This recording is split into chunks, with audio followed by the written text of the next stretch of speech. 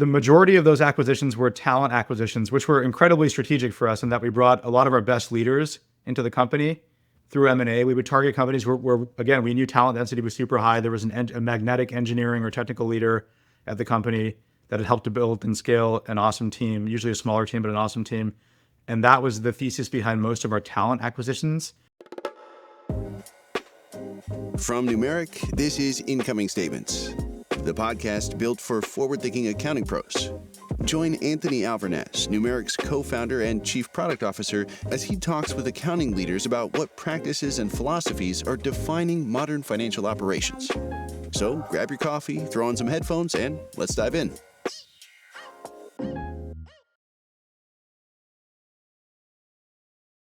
Hello and welcome to another episode of Incoming Statements. I am your host, Anthony Alvernaz, co-founder here at Numeric, and today we're thrilled to have Ajay Vashee on the show.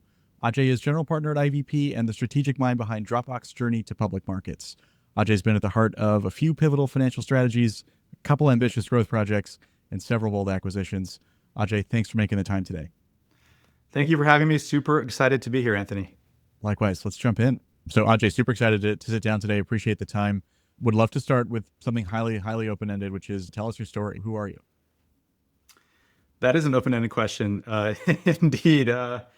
Well, I was born and raised in the Northwest near Seattle, and my dad worked for many years at Microsoft. My mom was a CPA.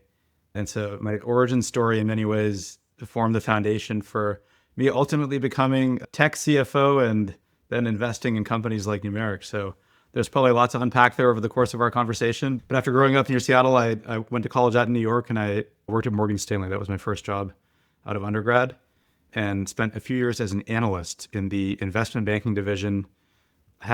Really had a great time. I learned a ton. I built some very long-lasting relationships. Actually, we had our 20-year Morgan Stanley analyst reunion just a couple of weeks ago in New York. The firm was great about bringing all of us back together, and we had a really strong showing of folks that spent many long hours working together at 1585 Broadway, our headquarters in New York. And then I left banking to join a venture fund out in California. I had worked on a few clean tech deals, and I was an analyst at Morgan Stanley that kind of gave me some exposure to what was emerging in categories like wind and solar and biofuels. And so I initially joined the world of tech and venture to focus on clean tech investing. And I did that for really a few months before quickly expanding my focus to include the world of software and SaaS. And I loved what I was doing. It was this super energizing job where I got to be at the forefront of everything that was happening and changing in the world and all these incredibly exciting startups and founders. And I felt like, hey, I found my calling and this is what I want to do for the rest of my career. And I spent a few years at this venture fund and then had the opportunity relatively early on in the company's journey to join Dropbox. And I wasn't thinking of taking an operating role, but looking around the table as a venture investor, I noticed that a lot of the best and most impactful investors were ones that had been in the operator's shoes, were ones that had helped to build and scale enduring companies and businesses themselves. And so I felt like, hey, if I'm really serious about venture as a career path, maybe it behooves me to go and spend some time at a company. And we were diligencing Dropbox at the time as a potential investment as a fund. And I kind of fell in love with what the company was doing and where it was headed, and ended up joining the team there. And what I thought would be maybe a 1 or 2 year stint to check the proverbial operating experience box before I went back to being an investor ended up being nearly 10 years. And we can't talk much more about that. And so I spent almost 10 years at Dropbox in a variety of different roles. Was most recently CFO there through the company's IPO, and first few years as a public company. And then I stepped back from that role a few years ago to join our Series B investor at Dropbox, which is a fund called IVP, which is where I am right now. I help to lead our application software investing team here. Awesome. Fantastic rundown. I'm very excited to dig in a lot more on how all these different pieces came together. If we could go back to one of the first things you said here, growing up in a household, one parent at Microsoft, one parent a CPA. In many ways, this is kind of the exact combination of a path that you've found yourself in, combining both of those passions, I suppose you could say. Where do you think that came from when you were growing up? What did it feel like having parents at home who were working in tech at the sort of forefront of a major tech giant and working in an operational capacity in a role or function that you're very familiar with? I kind of swore that I would never end up in either of those industries. Not because I had any negative experiences as a child, but if your parents are doing one thing, you want to do something different.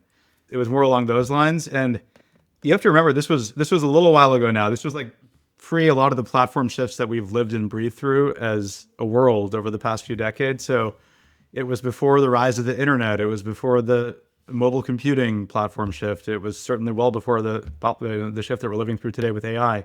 So it was a little harder as a child to identify with everything that the tech giants were doing back then. A lot of the work that my dad was focused on was more on the Windows and Office side of things at Microsoft, which were less relevant to a middle school child or an elementary school child. And then the world of CPAs and taxes were even more foreign to a young child that was not yet earning any material income or taxable income, I should say. So it was more like, I would say, osmosis and exposure. And it felt like they were both focused on and solving some pretty interesting problems. There was no question about that. And they were really engaged in the jobs and careers that they had. So I think it had more of that indirect formative experience than a direct one. Yeah, certainly. Would you consider yourself to have been a pretty curious child? Do you remember conversations where you were trying to pull the thread on, what are they doing? This makes no sense to me. It's a foreign world they live in and day out. Where did you draw on some of that osmosis? Yeah, it's a good question. I do remember some visits to the Microsoft Research Lab as a young child where we got to play around with a lot of the latest devices and software that the company was working on, or the device manufacturers they were partnering with, which was a ton of fun. And then I got to spend time with the gaming team there that was partnering with developers to develop, to build a lot of the games that back then were shipped on things like CD-ROMs to everyone. And so there were elements of the platform that were starting to come together back then that had more of a consumer appeal that were really interesting and exciting to someone that was younger.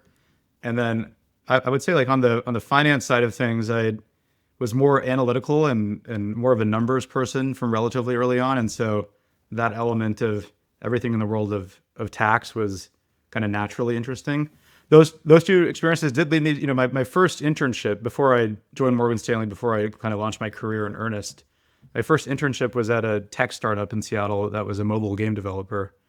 And I spent a summer with them. It was a company called Mobilus, which ultimately got acquired. But that was my first foray into the world that we all live in today, we all operate in today. And so maybe there was a bit of a precursor there from the childhood into that internship. And then I kind of came back full circle. Love it. Love it. Love it. Well, if we fast forward a bit, talk us through that decision to take an operating role at Dropbox. We'll kind of fast forward all the way towards that first day on the job. And we'll reject the proverbial, as you put it, need to spend a little bit of time as an operator. What did that first week feel like when you were in that seat, seeing the growth that Dropbox had just from a trajectory standpoint when you joined, and where some of the excitement was derived from on what this thing could be? What do those first weeks feel like? Well, I will say, as a venture investor, you have a bit of an unfair perspective and lens on everything, because you're seeing so many companies and they're at different stages of their growth journey, and you're doing a whole lot of benchmarking and you're building a lot of context. So you have a good sense for which companies are truly inflecting on a first percentile kind of trajectory. And Dropbox certainly fell into that category at the time. And so I felt like it was really on a special path in a way that almost no other company at the time was. And when I joined, this is really my first operating role in earnest. I had that internship briefly that I mentioned before, but I never really worked as an operator before. I'd worked in investment banking and investing, but never in operating. And so a lot was new. A lot was more, it was foreign to me.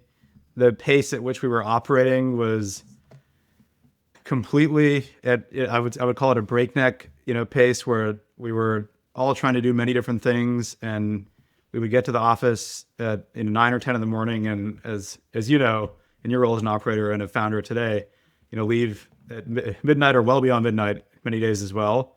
And we'd spend a lot of time together working incredibly hard and team building and helping to scale the company. And then we'd spend a lot of time together socially as well, because the company, in many ways, that was your job, but that was also your family, just given the intensity of work and the time that we spent together. So it was the first week or so was it was I would call it an overwhelming experience, but in more of a good way, not in a negative way. It wasn't like, oh my gosh, what have I done? It's like, oh my gosh, this is completely different than what I've been doing, and wow, I'm learning so much. I'm challenged. It's so stimulating. It's so exciting. So in those first few weeks, I kind of felt like, wow, this could be what I do for a very long time, if not forever.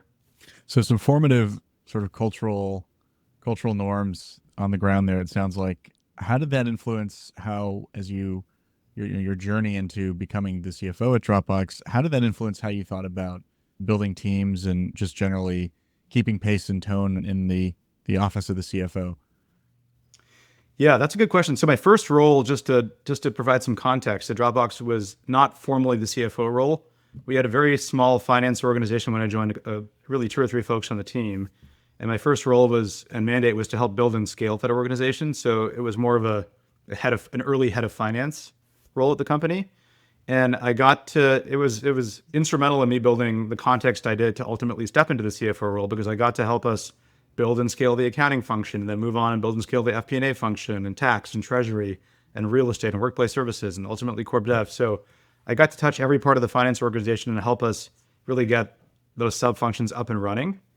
And one thing that I noticed early on during my time at Dropbox that really permeated my hiring philosophy and influenced my hiring philosophy was the talent density at the company. And Dropbox at the time was renowned for having really the best engineering team in Silicon Valley, the best regarded, highest performing, kind of most elite engineering organization. And the company was primarily R&D and engineering at the time. And so we were about 100 employees, of which the vast majority fell under the R&D umbrella.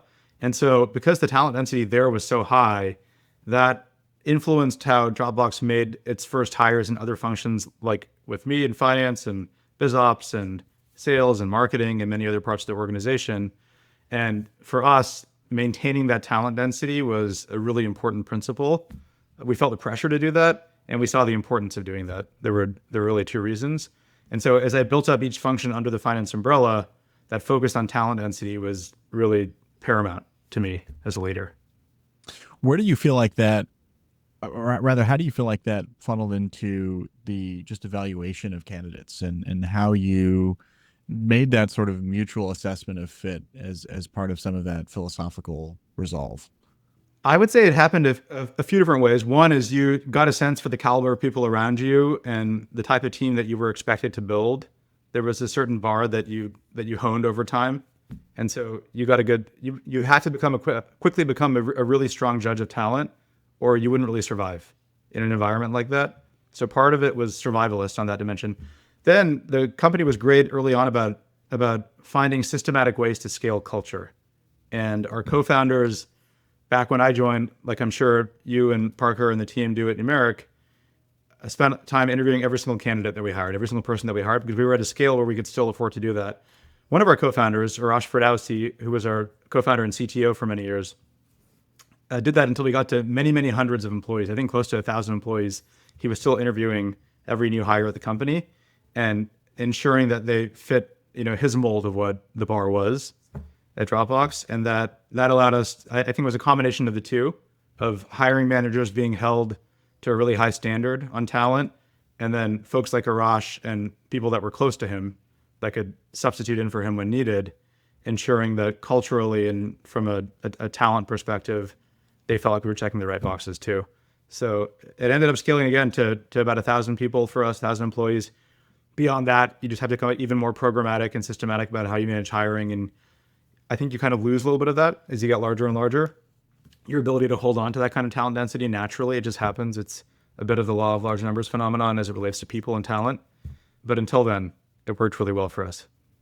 Tremendous. Well, let's talk a little bit about tactically what worked well and what or where you found yourself potentially challenging some conventional wisdom from the perspective of decisions that you were making. What felt most contentious as you were nearing IPO, as things were heating up, profitability was not something that was necessarily explicitly being optimized for? Where were you most challenged? Well, I'll challenge you on one thing, on your statement on profitability, which for us as a company, it was, I think you're right in that it wasn't something that we were very focused on, but that's because we didn't need to be very focused on it. We had a very cash efficient business. And in many ways, Dropbox scaled the entirety of its business on its Series A round, which is a $7 million financing round. And every other round after that was opportunistic capital to bring in at relatively low rates of dilution so that we had the strategic firepower to do what we felt we needed to do. We had the latitude, the strategic latitude to do what we needed to do. And so the business was free cash flow positive very early on in its journey.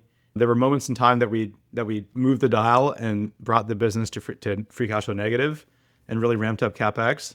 But that was with line of sight and an intention to really improve margins over time. So highly efficient and in many ways cash flow positive and profitable business from its early days, but a focus on continuing to hone that engine and improve its output heading into the IPO.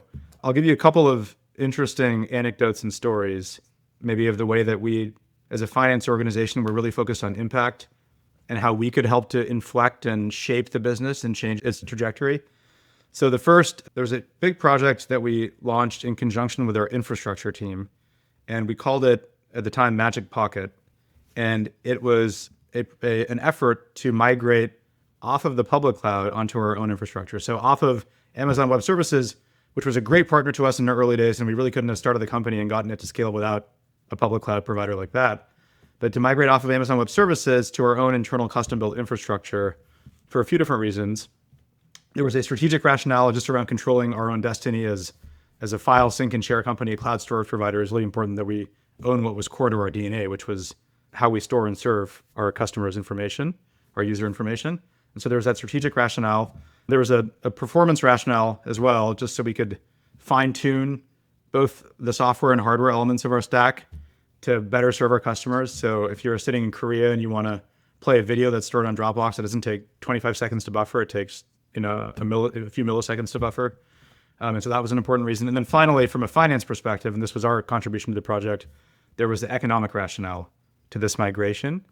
And our margins, as you would imagine, as a company that was scaling as quickly as we were, and with customers and users storing more and more data over time as they took more photos, as they brought Dropbox to work, our margins were something that we were spending a lot of time thinking about and managing and projecting, trying to optimize. And by fine-tuning that hardware software stack and migrating off of the public cloud, we were able ultimately to double our gross margins from the mid-40s pre-migration to close to 80% after post-migration, which is huge, as you know, from the world of finance and gross margins. And that really opened up the opportunity for us to go public because we had a real software gross margin and financial profile and a more compelling narrative to bring to market at the time. And so it was a huge project. It was a very controversial one at the time too, because the rest of the world was moving from their own infrastructure to the public cloud because the economics made much more sense in that direction for the majority of companies out there. But for us, because we were storing literal exabytes of data, we were at the scale where it made more sense and we could realize more economies of scale by going in the opposite direction. It was also controversial because of the cost of the project. And again, because we were managing such a large storage footprint, and then if you add in duplication on top of that, it's an even larger footprint, multiple times that. It was a $400 million capital investment as a private company at the time, which is a whole lot of capital and made a whole lot of our investors pretty nervous around, hey, you're doing the opposite of what the rest of the world's doing, and you're spending close to $500 million to do it at a time when no one was raising that amount of capital. But strategically, it was the right move for us to make, and it really opened up both the IPO opportunity and the opportunity for us to build a company that we did. So something that's such a large driver to gross margin like that it is an incredible story and comically controversial in some ways. Obviously, a lot has to come together for that to be something that overall the teams even get motivated around doing. It sounds like there was value in the sort of data ownership and the company values at the time. There was clearly some impact on the product experience, that sort of availability for different regions. But it does sound clearly like the financial impact here was a major, major driver. What did that look like on the ground? How driving that sort of consensus across teams for everyone, obviously, who would have to be involved to make it successful, to get really excited about prioritizing it as a major effort? And then to what extent was there additional staffing, and how did that work around making the project actually something that could be executed in a timely way without major downtime or other risks? Yeah, it was a multi-year project, I will say. So it took a long time, and that was very deliberate and intentional to manage it on a multi-year time frame, so we could slowly ramp up our own infrastructure footprint. And then we had to mirror for a period of time every piece of data, every piece of user data and customer data, both on our own infrastructure as well as on the public cloud. And then over time, we could reduce that public cloud footprint after we migrated and mirrored for some period of time and felt comfortable. So it was a very complex multi-year project. I think the team was super motivated to do it though, internally, from day one, because the rationale was so clear across those three dimensions that I mentioned before: strategic, performance, and economic rationale. It was so clear, and that rationale touched every part of the company in a different way. The strategic rationale mattered so much to our board and to our executive team at the time. The performance rationale, if you think of, yourself as a sales rep or someone working in customer service or support, they were super excited about that. The financial rationale, the finance team obviously got very excited about, but the whole company did too, because it was something that was going to open up the opportunity for us to build an even bigger and more powerful business, and open up the opportunity for us to ultimately go public as well, which was something that the company at the right point in time was really excited about doing. Fantastic. Did you ever feel like was there a moment in that multi-year project where keeping folks just aligned on what the overall goal was extra important in terms of just the level of effort required over a long period of time? Like, how do you keep pace? How did you find that pace was kept on a multi-year project like that? I think this comes back to talent density without question, and it comes back to like one really interesting derivative of talent density, which I'll get into, which is like a new team that we started within the finance organization that hadn't really existed before. But maybe starting with talent density at large, our infrastructure team was really incredible, and it was led by a leader named Akhil Gupta, who's now a VP of engineering at Databricks. But he attracted the best infrastructure talent in the world from the likes of the Microsoft Azure team and Amazon Web Services and GCP. And he assembled that team very deliberately over a period of time. And then this is the team that had the only team in the world, the only people in the world that actually had the experience building a storage and compute infrastructure footprint to the scale that we had to, were these people, because they had worked at the hyperscalers. And outside of the hyperscalers at the time, no one else had experience like this. So I think having that level of talent with that kind of experience was super, super important. And then we had to complement that on the finance side of the house too. And there wasn't really a nimble, agile finance organization that had supported this kind of a project at a startup before. So we had to build that. And that team was called Strategic Finance. And it was one of the first organizations that I launched. In fact, it was the first team that I started after joining Dropbox, before focusing on accounting and FP&A and other more traditional functions. And this was a team of really high horsepower generalists that we hired out of investment banking and investing programs, out of management consulting. And so think about folks who would, like me early in my career track, who were building a career in venture, or perhaps private equity, or at a hedge fund, or they'd worked in management consulting for a while, and then were spending time with a client. We kind of pulled the best people from those industries out and convinced them to join Dropbox on the strategic finance team. And it was a foreign career path for a lot of them at the time. They were like, wait, I'm going to work in-house at a company on a finance team? That's not something that I had envisioned myself doing. Like, is that really the right career path for me? I thought that's like more if I had an accounting background, or I wanted to be a career FP&A lead, a professional or leader. That's not me. And we convinced them to join, but we ultimately brought maybe 10 or 12 folks into that organization early on. And they had such incredible impact. They were the team that partnered with infrastructure to manage this migration. They were the team that helped to ideate and launch new paywalls for Dropbox that allowed us to monetize more of our business users more efficiently over time. They were the team that helped us scour the acquisition landscape and determine what would make sense from a talent, product, business M&A perspective. When I was at Dropbox, we acquired over 30 companies, and so we were highly acquisitive.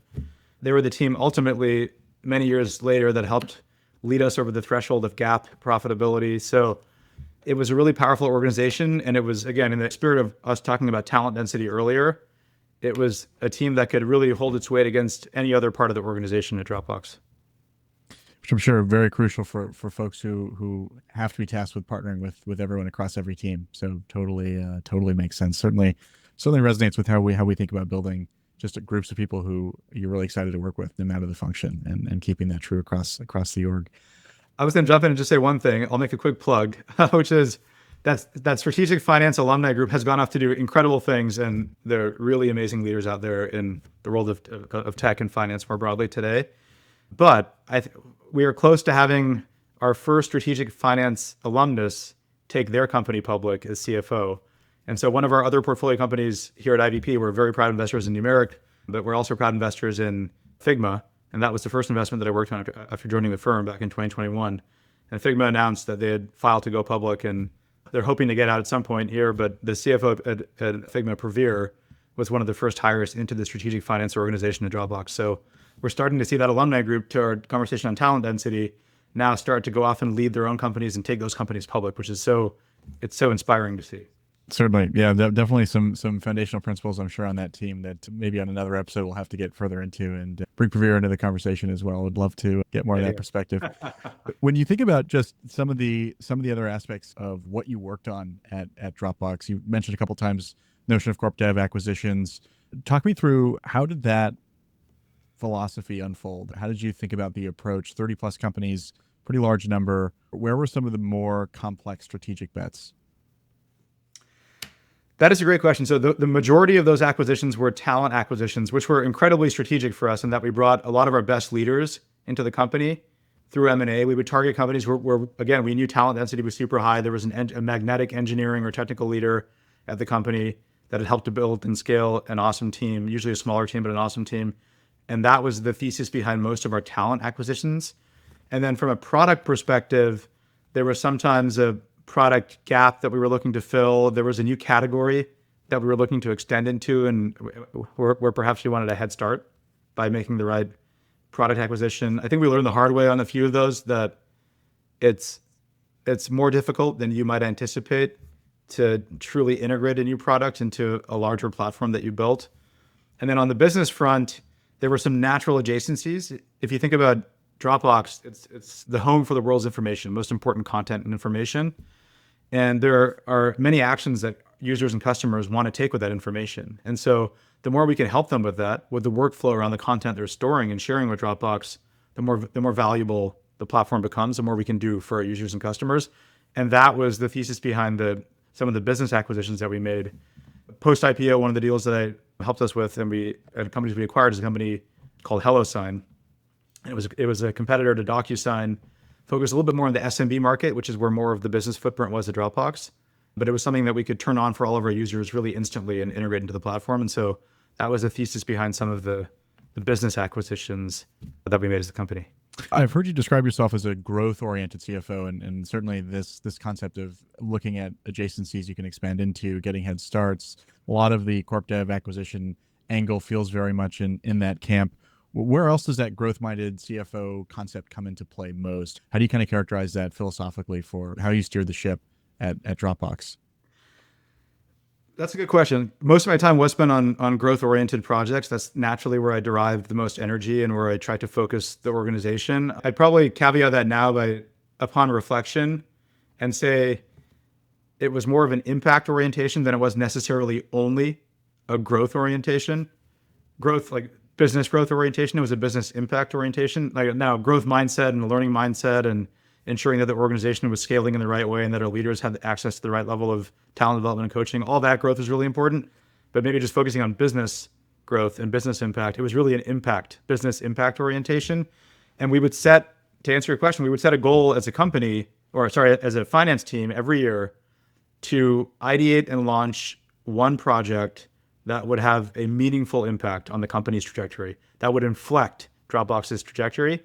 And one year it was Magic Pocket, the project that we talked about to migrate off of AWS. Another year it was this acquisition of HelloSign that we just talked about. Another year it was a project called Project Diamond, which was a couple of years after our IPO, which was an effort to really map an ROI to every dollar spent as a company, whether that was performance marketing spend, which traditionally has an established set of frameworks to measure and manage, or it was like legal contract spend or team building spend or T&E. How do you assign an ROI to all the spend and why are we engaging in it? And that ultimately allowed us to pull back on areas of inefficiency without compromising our long-term growth aspirations or potential to cross the threshold of profitability. So every year it was a project like this.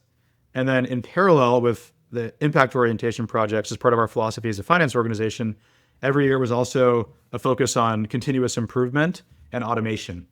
And we would have a goal every year of saving 10,000 working hours as a team through automation and efficiency initiatives. And that forced us to really scour the landscape of all the next generation tooling out there, both what we could buy, but then also to partner with our internal tooling team on what we could build to really have the team operate more efficiently. And then it became this flywheel where like we had this team, this automation and transformation team that was always finding new ways of working and freeing up more hours for the rest of us to then focus on impact orientation even more. So every year it compounded, and every year we got more effective, and we became more impactful as a finance organization over time. There's certainly a never get too comfortable, never be willing to ask why or what could be done differently philosophy that you have to ingrain as true for that to work. I'd like to zoom in a tiny bit on this notion of the transformation and automation team. How did you organize that team around being able to sort of prod and push at what other folks were working on and really draw out where there were opportunities to make real improvement? Yeah, that team was started by our, at the time, chief accounting officer and controller, who's now CFO at Dropbox and has done a phenomenal job. But so I owe all credit here to Tim Regan for the transformation team, the automation transformation team. But that team built a very, very keen and deep understanding of exactly how the finance organization worked, every element of the organization, what everyone did, the tooling that they were using today, how or they weren't using, what was being done in Excel and manual workbooks, where we were using systems and tooling, how old that tooling was, the rate of change and development, the kind of collaboration between our org and other orgs, how we manage that. So they had it was led by folks who had been at Dropbox for a very long time, who had been there for, when we launched the team, probably close to 7 or 8 years, and who had spent their careers in finance, and so who had a really good sense for how a lot of this worked.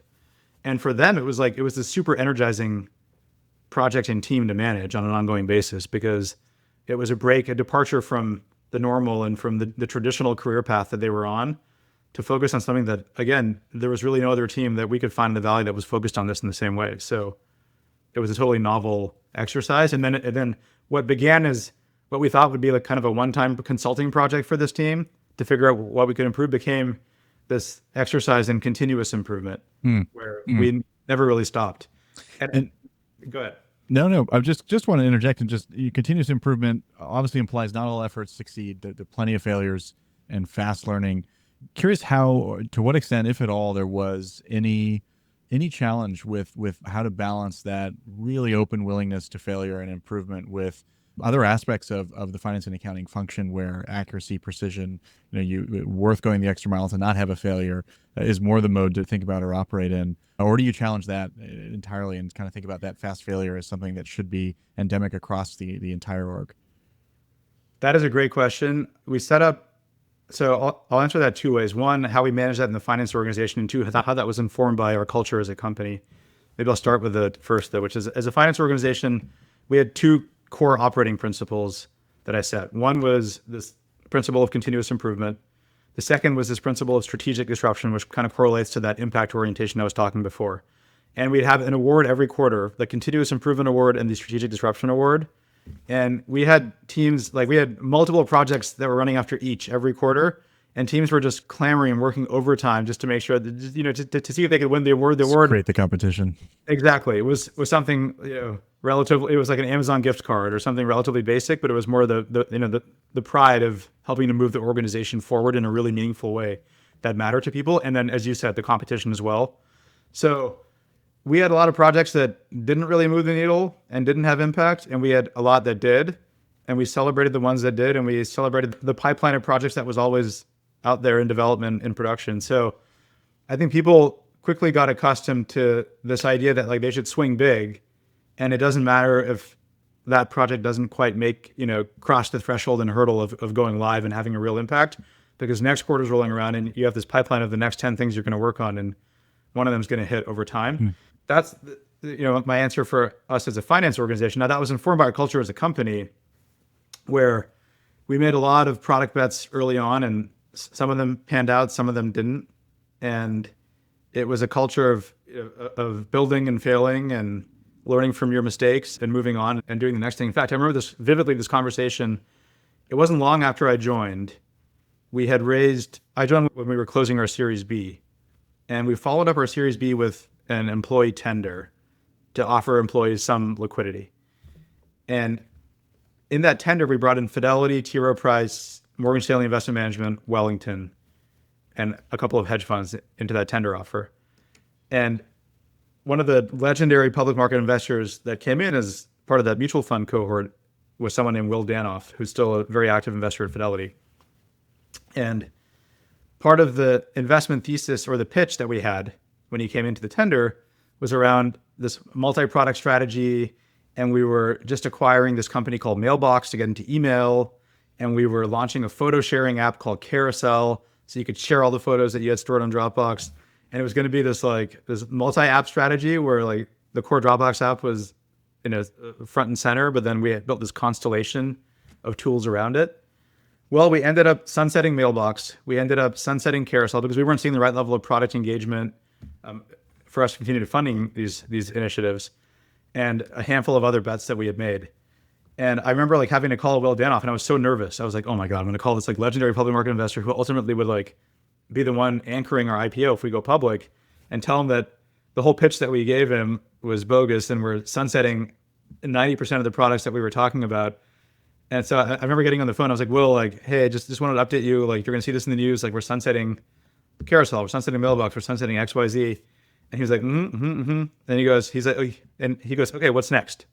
And all he cared about was, what are you building next? What's next in the pipeline? What should we be excited about? He didn't care that we were sunsetting. In fact, it was ordinary course of business for Will that like, to be expected, you should be sunsetting products because everything you launch is not going to have the same level of success and electric product market fit as core Dropbox. You're going to have to earn your way to Act 2 and Act 3 and Act 4 and beyond. So I think that became part of the culture relatively early, as we learned from others that like, hey, it's okay to fail. And then it permeated every organization, including finance, like we talked about.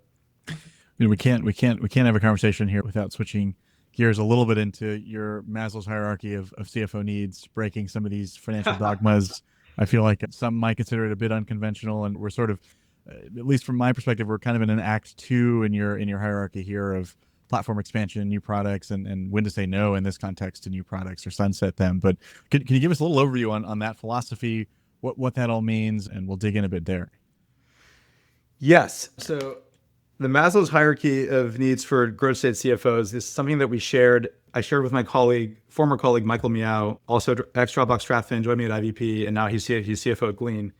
But he and I launched these set of dinners and meetups for CFOs in IVP's portfolio. So maybe quickly to transition from Dropbox to IVP. 2.5 years after we went public, I passed the reins. I mentioned Tim Regan earlier, our former chief accounting officer, to Tim, and joined the team here at IVP. And I loved being a CFO, and it was really important to me to continue to kind of cultivate the CFO community and a lot of the energy from that. And so I set up relatively early on with Michael something called the IVP CFO Collective.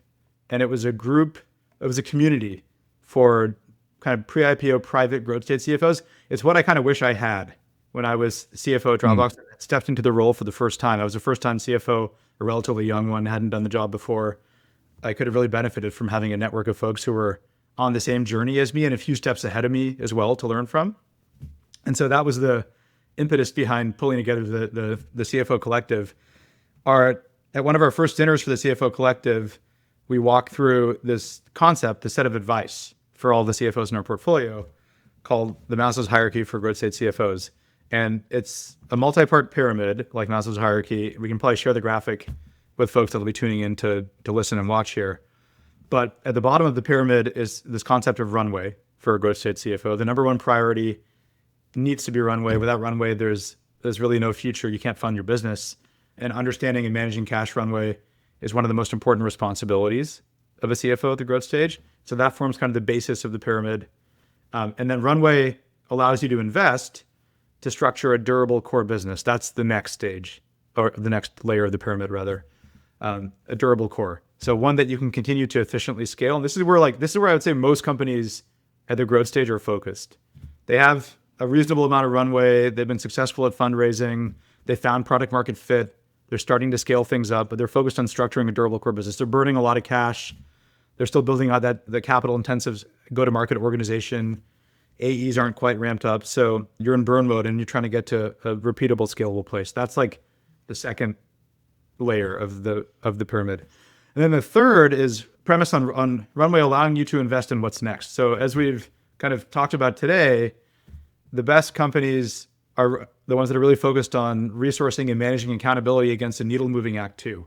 And so that's something, that pipeline of projects, that pipeline of new products is something that the best companies are always cultivating. This is where, honestly, I see 90% plus of the companies that we meet and the companies that have been in our portfolio fail, which is on managing resourcing and accountability effectively against a pipeline of new products, against an Act 2, Act 3, and beyond. And it's so natural to really focus on the core of what you're managing. And as a startup employee or founder, you're just trying to survive to fight another day in many ways too. And so it's really hard to have the wherewithal to take 30% of your resourcing and allocate it to something that may or may not succeed and will not have a business impact for 4 to 5 years. That takes a lot to do that, but the best companies do that. And that allows them to really accelerate their journey to becoming a platform company in a business over time. And also, like when they're ready to go public or perhaps work through an acquisition, they have multiple products that are monetizing, a much more powerful narrative, higher NDR, happier customers, higher ACVs, more efficient sales cycle, a much more efficient sales engine. And so it's really important to start making those investments early. That's the third layer of the pyramid. And then there's there's like profitability. We talked a bit about it earlier. I mentioned this project called Project Diamond. That is a project that we launched 2 years after going public. It was the last project that I managed as CFO because it was important for us at that time to cross the threshold of profitability. But that for us came years after our IPO. And I think there's been like a little bit of a seesaw in the world in the private tech ecosystem over the past few years. And I think some investors and some companies over-indexed on profitability too early. And it's like, hey, like we got to focus on profitability. When are we going to be profitable? When are we going to be free cash flow positive? And I think if you don't manage that thoughtfully, you end up in the trap of underinvesting in the business, underinvesting in your pipeline of products, underinvesting in Act 2. So that's kind of the Maslow's hierarchy. And companies that I would say in our portfolio that we've seen follow that path of like really being diligent about managing cash runway, structuring a durable core business, appropriately managing, effectively managing execution, accountability against Act 2, and then focusing on profitability at the right time. Those are the companies that really become enduring market leaders, have very successful IPOs, continue scaling market cap in the public markets. It's a path we've seen really drive a lot of success. Where do you feel among that path? We talk a lot about that sort of Act 2 being hard to place, the right bets in the right places. But when we think about the durable core business aspects, where do you feel like folks often struggle there? When there are signals of product market fit, they're on a journey of growing ARR. Any common pitfalls that you feel like folks overlook when they're starting to scale some of that? Well, there's a few. One I'll mention is like there's a very common pitfall of leaning into relatively inefficient marketing spend. And so if you don't have the right fidelity and instrumentation and finance marketing partnership, I think it's too tempting for companies that are at the growth stage to really lean into growth at all costs and then lean into spend that is not durable and is not scalable. And all of a sudden you see CAC start to rise relatively quickly. You see LTVs start to come down because churn rates are higher and you end up in a position that's not sustainable. So that's a pitfall that we see pretty often as investors. And then I would say the durable core there's a TAM constraint that we see as well from time to time, which is there's an assumption that, hey, like any application software business in theory or any infrastructure software business in theory should be able to get to hundreds of millions or billions of ARR over time. And so it's a question of how we architect that path to get there. And we see a pitfall of companies occasionally, fall into, which is, hey, like we should be able to get there because this peer company that we comp ourselves against got there. when in reality, you're serving a much narrower segment of the market, a much narrower slice of the market, and the TAM really isn't there to support it. So it's really some of those TAM constraints and then, the marketing spend that we can see create issues for companies on the durable core. Mm-hmm. Mm-hmm. When you think about some of those learnings, some of those observations that you have in the ways companies start to scale, just more broadly, would love to understand the transition back into an investor role at IVP, achieving a significant milestone at Dropbox. What personally drove you there? What do you think was the sort of aspect of your own aspirations that most keenly had you saying this was the right next step after post IPO? That is a great question. There were a few different reasons. One, I would say I really enjoyed being a CFO, and I learned a lot being a CFO, and in many ways because it was my first time doing the job, and I was really challenged and stimulated, and I had to grow and I had to show up for the company and my team. And I wanted to be back in that position again where I felt, where I could try something new, and I would be challenged and I'd have to grow and develop a new muscle. And so I didn't want to go be a CFO again, and I wanted to go do something different. So that was a big reason. Another reason is I was reflecting on the growth journey that we had been on during my time at Dropbox. And when I joined Dropbox, I mentioned we had about 100 employees. We had just done 45 million in GAAP revenue the prior year. And the growth journey was growing from 100 employees to 3,000. It was growing from 45 million in revenue to 2 billion in ARR. It was private to public, single product to multi-product. It was kind of the quintessential growth journey that we want all of our portfolio companies as growth investors to be on. So I felt like I had recent and relevant experience that I wanted to lean on for the benefit of the next generation of potentially consequential companies. And then I wanted to stay an integral part of the tech ecosystem. And so I didn't want to stray too far from that. And so how do I marry those three things about, staying challenged and staying motivated and staying within the broader umbrella of the tech ecosystem? And it felt like a return to investing was going to be the best way to do that. And so that led me to talk to the folks on our cap table at Dropbox that I'd gotten to partner with as an operator, and then led me to IVP, where we focus really exclusively on companies at the growth stage who found product market fit, who are in the early innings of scaling go-to-market, who have aspirations to go public, who are on that journey from single product to multi-product, who are thinking about the Act 2, everything that we walked through today. That's the kind of company that we invest in, like Numeric. And it's been an incredible job since then. I've gotten to invest at the application layer during one of the most consequential platform shifts or perhaps the most consequential platform shift any of us have lived through. And I also get to invest in companies that are near and dear to my heart, like Numeric, that are serving the office of the CFO software stack and really helping to revolutionize that in a way that never existed when I had my transformation and automation team years ago, never existed in the category for the past few decades, and really are starting to pop up now and have a really transformative effect, which is so cool to see. Yeah, to that end, if we could round things out here, I would love to know what's getting you excited right now. Where are you finding, or where are you drawing inspiration from, whether it's what you're seeing in conversations that precede deciding to join a cap table or elsewhere in the world today? What's most inspiring? There's so much happening at the application layer in AI today that it's hard to give you a specific answer to that question, honestly. We invest very actively across the US and Europe.